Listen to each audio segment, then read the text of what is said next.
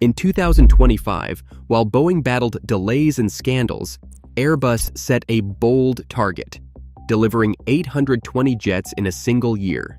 Outpacing its rival with thousands of A320neo orders and an iron grip on production, Airbus isn't just taking advantage of Boeing's slump.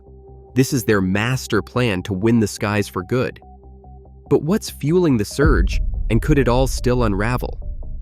Airbus's 2025 delivery plan is nothing short of audacious.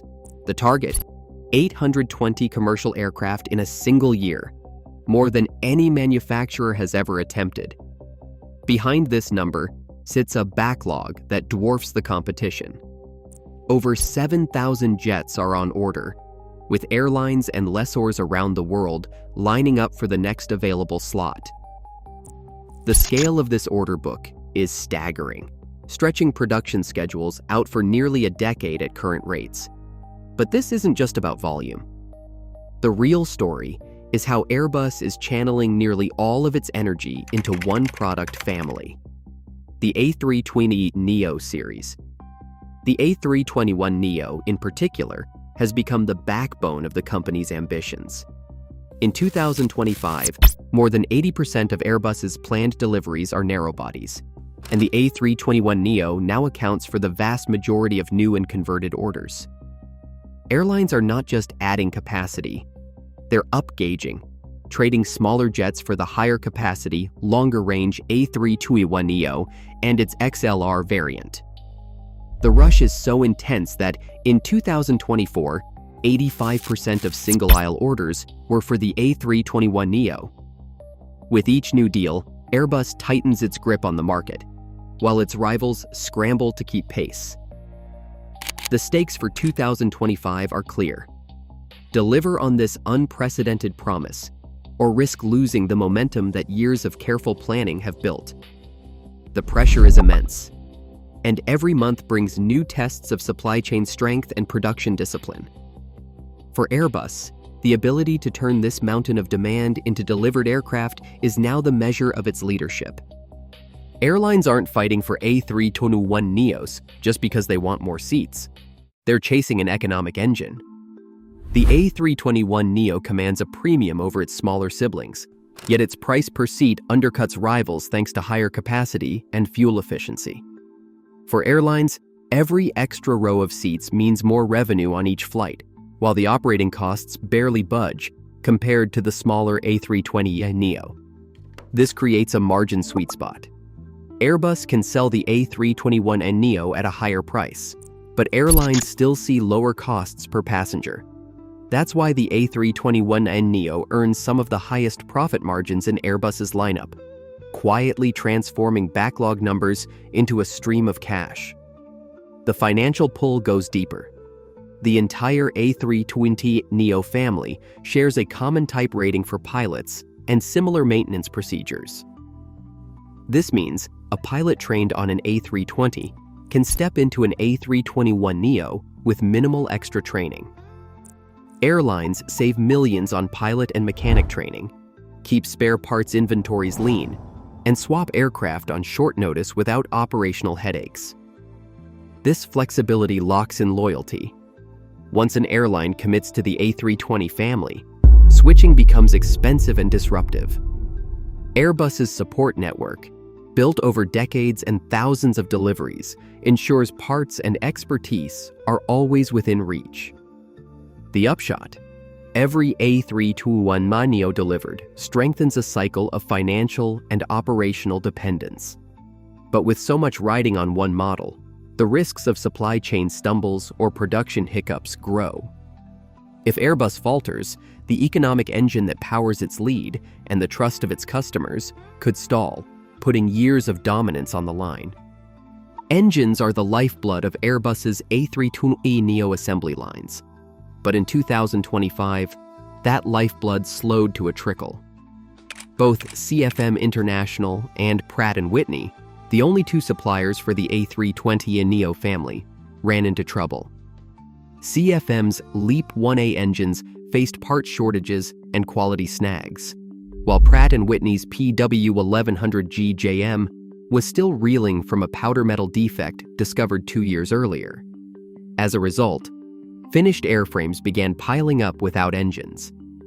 In May, output plunged to just 39 A320neo family jets, 11 short of the monthly target. That same month, 17 completed aircraft sat idle, waiting for engines that simply weren't there. For the first half of the year, deliveries dropped nearly a third compared to 2024, the sharpest decline Airbus had seen in years. The backlog of so-called gliders, aircraft built but engineless, grew to 60 by June, filling storage areas at Toulouse and other assembly sites. Each glider was a silent reminder of how a single missing component could bring an industrial giant to a crawl. Suppliers, once invisible partners, now dictated the pace. Every day an engine didn't arrive meant another jet parked, another airline left waiting, and another month where Airbus's record-breaking ambitions hung in the balance. 17 completed, A320neo family jets sat idle on the tarmac in Toulouse as summer 2025 wore on, each one a symbol of Airbus's determination and its exposure. These aircraft, known as gliders, represented more than a hiccup in scheduling. Every airframe tied up millions of euros in materials, labor, and overhead, with engines nowhere in sight. The financial cost of this stockpile was staggering.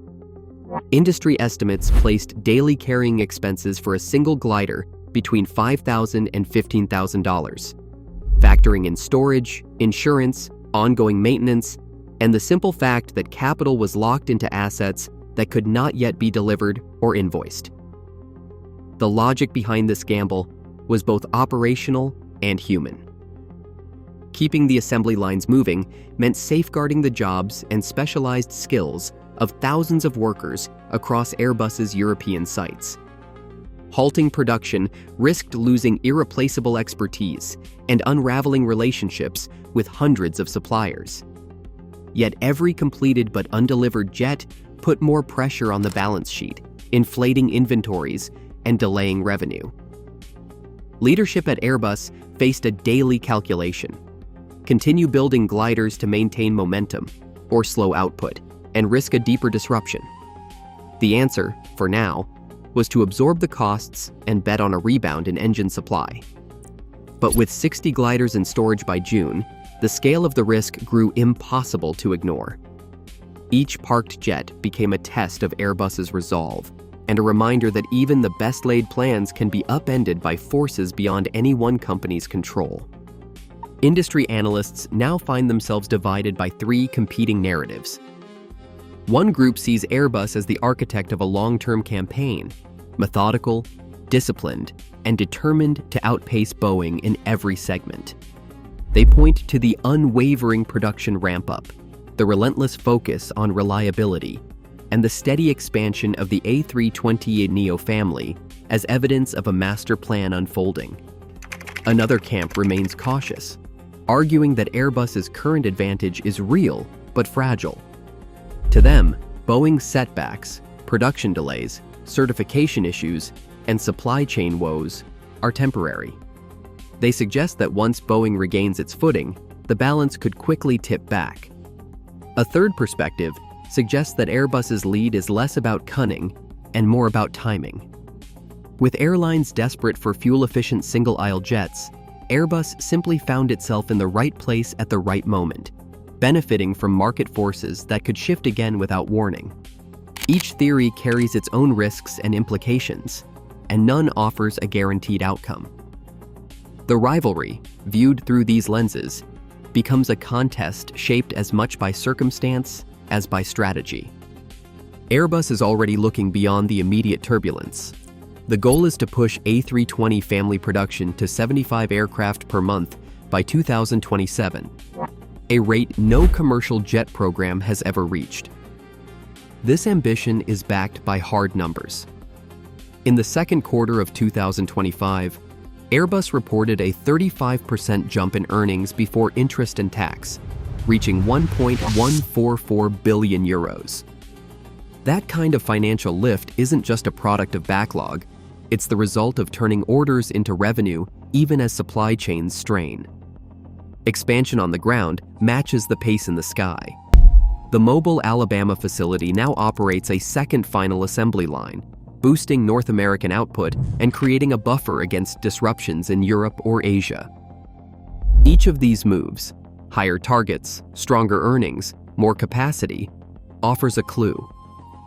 Airbus isn't just weathering the storm, it's preparing to widen the gap, betting that stability and scale will define the next era of commercial aviation.